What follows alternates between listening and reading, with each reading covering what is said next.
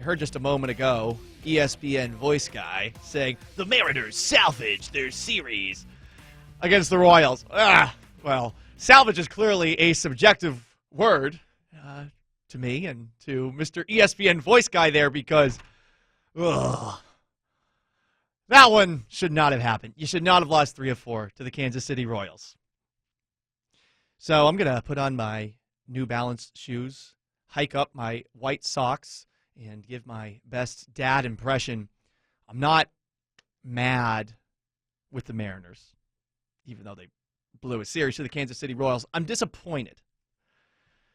You should have split it, bare minimum. And to lose the first 3 and then squeeze it out at the end, too. I get the excitement. It's a close game. Jake Bauers is making some great plays in the outfield. But as I was watching the broadcast, I heard the enthusiasm, and to me, I know that if I were on the call, and perhaps this is why I don't do play-by-play, I would have let out an exasperated sigh that they were able to win 1. Went to the game on Friday night, had a fun night at the ballpark. There's one man who ruined it. That one man was Salvador Perez, and he did this. And the 1-1 on the way. Perez is swinging a fly ball into center field. Backing up Kelnick to the 1. He tracked to the wall, leaps up, and goodbye baseball. Another grand slam off the bat of Salvador Perez. And he ties the game at 5-5 here in the top of the 4th inning. Perez with a grand slam in last night's game. And a grand slam tonight, and we are tied at 5-5. I keep on saying Perez weird, so apologies for that. A texter called me out. Maura's laughing behind the glass. Perez. Saying Perez. Perez. You're doing an A instead of an E there. I know. It's like a weird accent thing. Anyway, Perez had a grand slam Thursday, as you heard on the call there with Riz. He had a grand slam on Friday. He had a 2-run homer on Saturday. He had a 2-run homer on Sunday. And when you're talking about – and also, he almost had another home run on Sunday that was super close to going out of the ballpark. And I don't know what Paul Sewald thought was going down, but clearly Scott Service did not want him to challenge Perez. Did I say – dang it, I keep on doing it wrong. Perez, the way that he did. You got it now. Okay. I will never forget that mound visit for as long as I and manage the game. Certainly, it's the hottest hitter on the planet the last 4 days, and you go out there and, with the guy getting on in front of him, I wanted to make sure we executed pitches, and Paul assured me that he was not going to throw him anything he could hit. Unfortunately, we did not execute, and we were actually very fortunate that the ball did hit the wall. Yeah, they did not execute.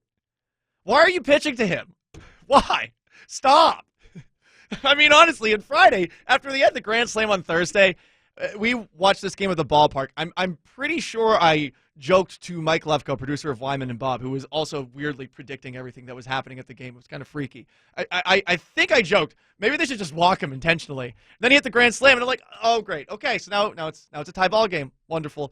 And, of course, they lose that game in extra innings. It's not the fault of the pitching that they lost. It's mainly the fault of, first off, Salvador Perez's existence, but also the fact that the Mariners were 9 for 36 with runners in scoring position, which I guess compared to the season numbers isn't that bad. And they also left 40 guys on base over the course of that 4-game series. But I did come to a realization out of this game.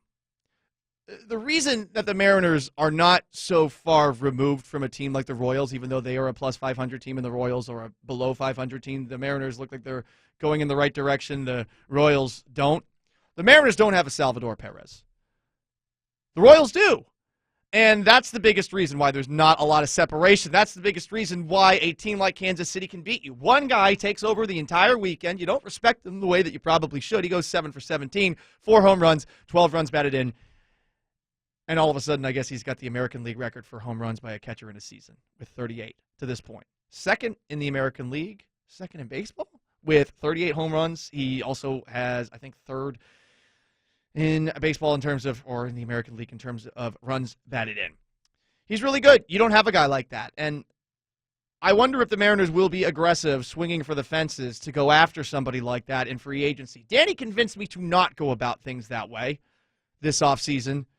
He laid out a couple of guys who have been brought in. And of course, you remember here, Robinson Cano, Adrian Beltre, guys who were signed to big-time contracts who did not provide the difference that you would hope from a big-time free agent. So I guess I'm hoping that there will be somebody out there that they could potentially give a 1-year, $20 million deal or something to, like a Marcus Semien. But, I mean, Marcus Semien's not going to do that for a second straight year, you would assume. He signed a 1-year, $20-something million deal with Toronto after playing with Oakland, those cheapskates, for such a long period of time. Anyway, you need to get a guy like that.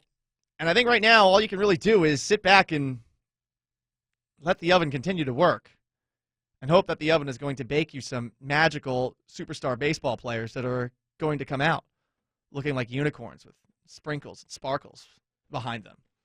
I don't know why I made that reference, but guess what? That's kind of what you're waiting for. You're hoping that somebody is going to turn into this just ridiculous player.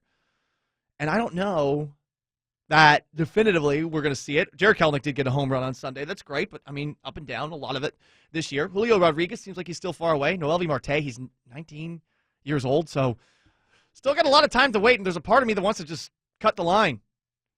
Go to the airport and get TSA pre-check or clear. Skip that line and bring somebody in, even though it would probably involve spending big. And I think there's a part of this fan base that probably is looking at things and thinking to themselves, to yourselves, I know I'm thinking this. I mean, we should spend something this offseason.